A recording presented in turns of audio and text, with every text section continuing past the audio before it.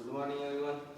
तो आज हम पढ़ने वाले प्रॉब्लम, क्योंकि लास्ट लेक्चर में हमने जो डेरिवेशन और फार्मूले पढ़े magnetic field due to the bar magnet, ठीक है, at axial point, at equatorial point and at any arbitrary point, ठीक है। उसके लिए 3 फार्मूले देखे थे, उसकी कंडीशन पे देखे थे। तो एक बात मुझे बतानी है कि जब भी प्रॉब्लम में शॉर्ट मैग्नेट, ये अगर वर्ड यूज होता है शॉर्ट मैग्नेट में जिसकी लेंथ बहुत ही छोटी है एज कम्पेयर टू जहाँ पॉइंट जहाँ पे हमें मैग्नेटिक फील्ड निकालनी है, और उस मैग्नेट के सेंटर से, उस बार मैग्नेट के सेंटर से जहाँ हमें मैग्नेटिक फील्ड निकालनी है, जो जिसको हम आर यानी distance of bar, centre of bar magnet to this point r से डिनोट करते हैं हम, वो जो डिस्टेंस है एज कम्पेयर टू लेंथ बहुत ज़्यादा है। वो जो डिस्टेंस है जिस पॉइंट पे हमें मैग्नेटिक फील्ड निकालनी है, वो distance as compare to that length of magnet is very maximum, means this length is very neglected as compared to the distance from the bar to the point on which we find out the magnetic field, ठीक है। तो जहां हमें magnetic field निकालनी है, जैसे for example ये बार magnet है, एन पोल एस पोल सबको पता है। एन के वजह से, एन पोल की जो स्ट्रेंथ है, मैग्नेटिक पोल स्ट्रेंथ जो है, उसकी वजह से जो मैग्नेटिक फील्ड है, ठीक है, उसकी मैग्नेटिक फील्ड यहाँ पे हमेशा ही अवे फ्रॉम द पॉइंट ही आपको डायरेक्शन करनी है। और फॉर एस पोल के लिए, due to the S pole, यहाँ पे हमेशा ही magnetic field towards the bar magnet करना है, ठीक है, टुवर्ड्स द पोल करना है, ठीक है।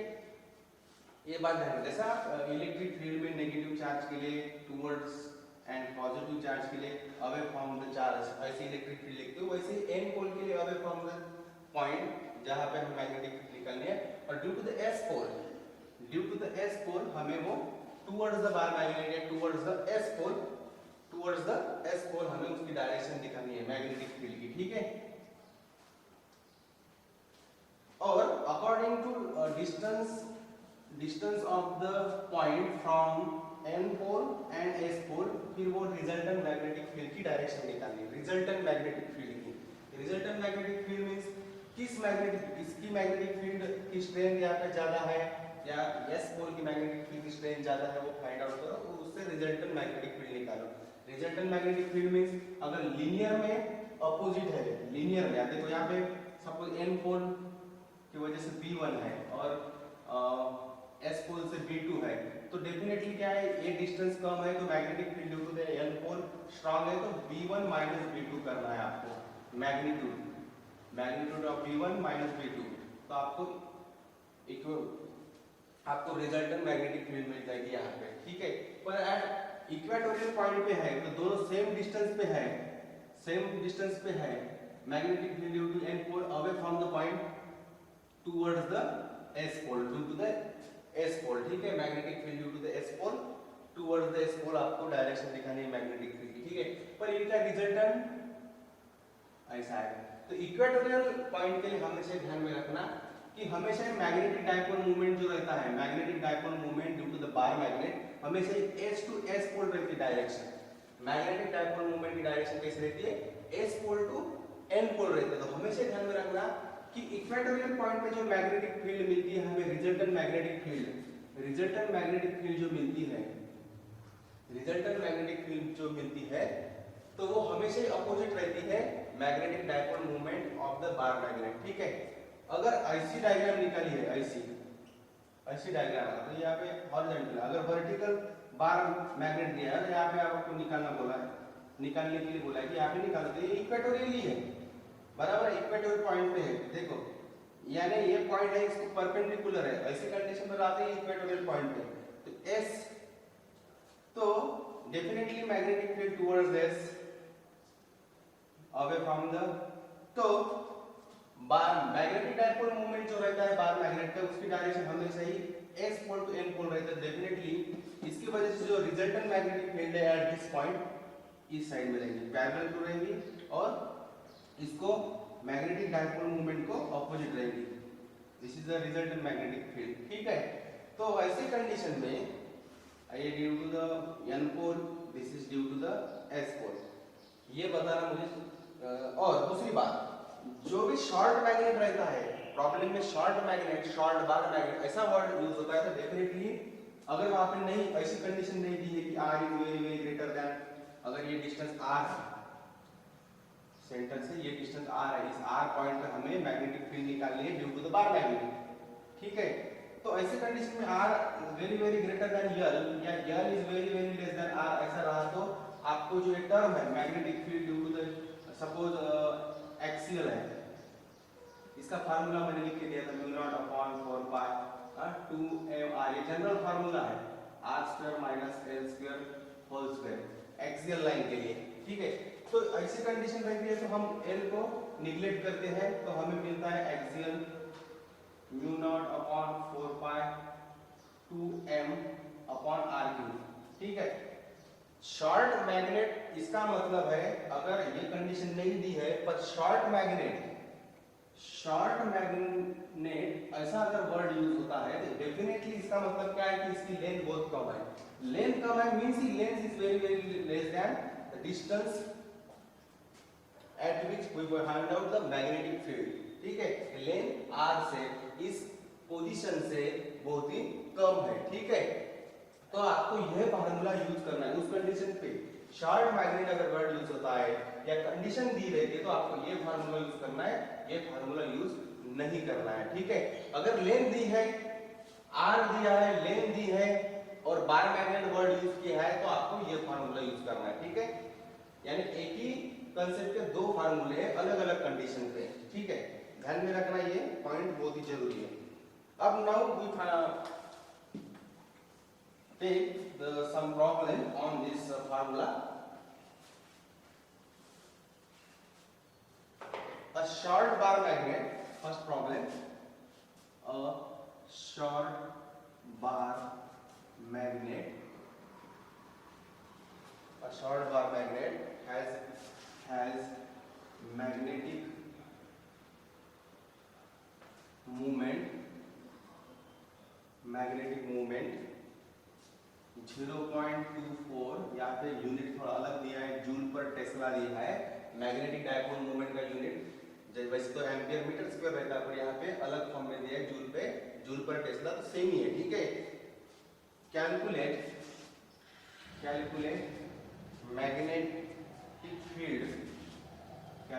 मैग्नेटिक फील्ड, मैंने मैग्नेटिक शॉर्टकट लिखा है, ठीक है। मैग्नेटिक फील्ड प्रोड्यूस्ड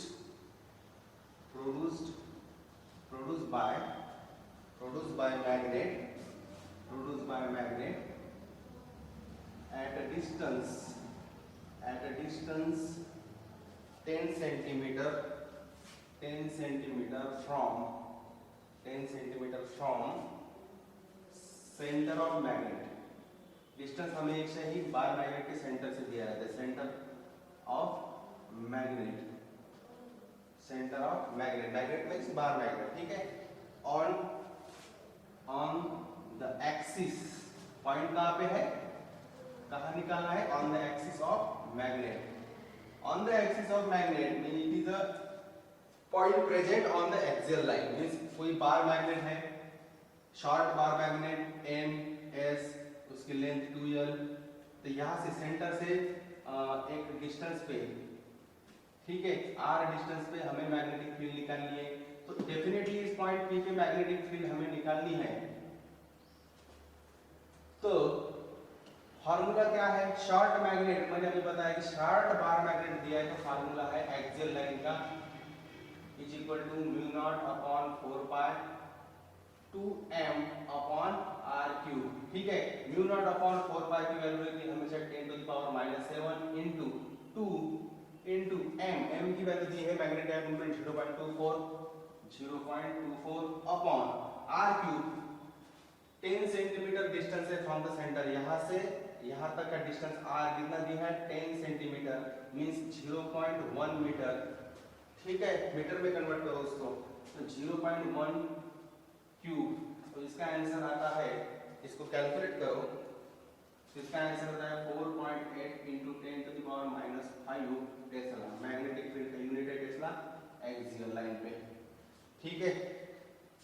कितना इजी आंसर है, सिर्फ आपको फार्मूला पता होना चाहिए। अब इसके दो फार्मूले, एक्सियल लाइन के लिए दो फार्मूले, और यहाँ पे शॉर्ट बार मैग्नेट दिया है, इसका मतलब इसकी लेंथ बहुत ही छोटी है as compare to this distance, that's why we use this formula. ठीक है, नाउ पुट इसकी तो वैल्यू सबको पता है, म्यू नॉट अपॉन 4 पाई के 10 टू द पावर -7 हमेशा ध्यान में रखना है। ठीक है, अब नेक्स्ट प्रॉब्लम है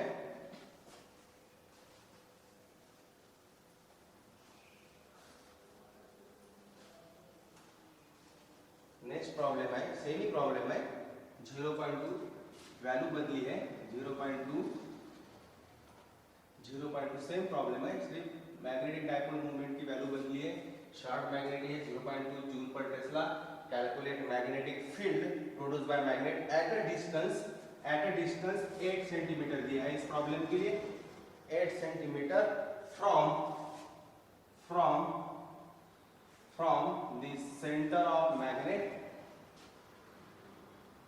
नाउ ऑन द, इसके पहले के प्रॉब्लम में एक्सियल लाइन पे पॉइंट था, यहाँ पे on equatorial point, at equatorial point है इक्वेटोरियल लाइन और इक्वेटोरियल लाइन ऑफ मैग्नेट।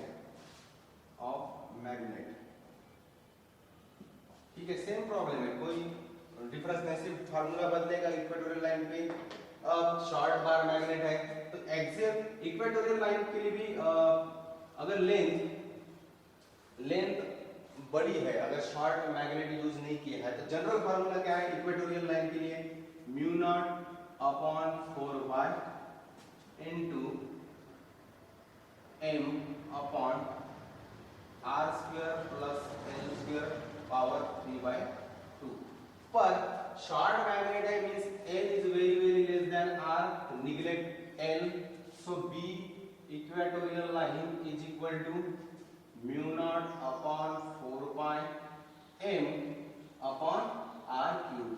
ठीक है, एक्सियल के लिए सिर्फ यहाँ पे 2 रहता है, एक्सियल लाइन के लिए यहाँ पे 2 रहता है, पर इक्वेटोरियल लाइन पे यहाँ पे 2 नहीं रहता, जब m बाय r क्यूब रहता है। तो सिंपल है, सब दिया हुआ है, तो ये निकलेगा आपका b is equal to mu naught upon 4 pi into m upon r cube.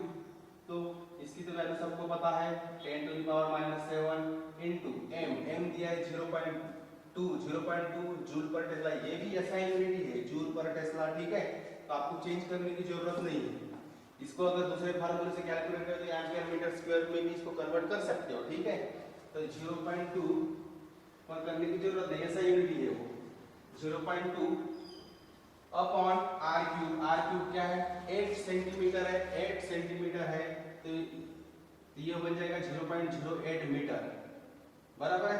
0.8 centimetre को हमने अगर कन्वर्ट किया तो ये बन जाएगा 0.08 मीटर। ठीक है, तो ये बन गया 0.08 मीटर क्यूब, यहाँ पे क्यूब है। ठीक है, तो इसको देखो 3 ही क्वांटिटी है यहाँ पे, इजीली सॉल्व कर सकते हैं। क्यूब 3.9, इसका आंसर है 3.9 into 10 to the power -5 Tesla. This is a magnetic field at equatorial point. ठीक है, फार्मूला पता है तो 3 स्टेप में आंसर निकाल सकते हो। ठीक है, आधे मिनट में 30 सेकंड में या 1 मिनट में आप प्रॉब्लम सॉल्व कर सकते हो। ठीक है, दिस इज ऑल अबाउट।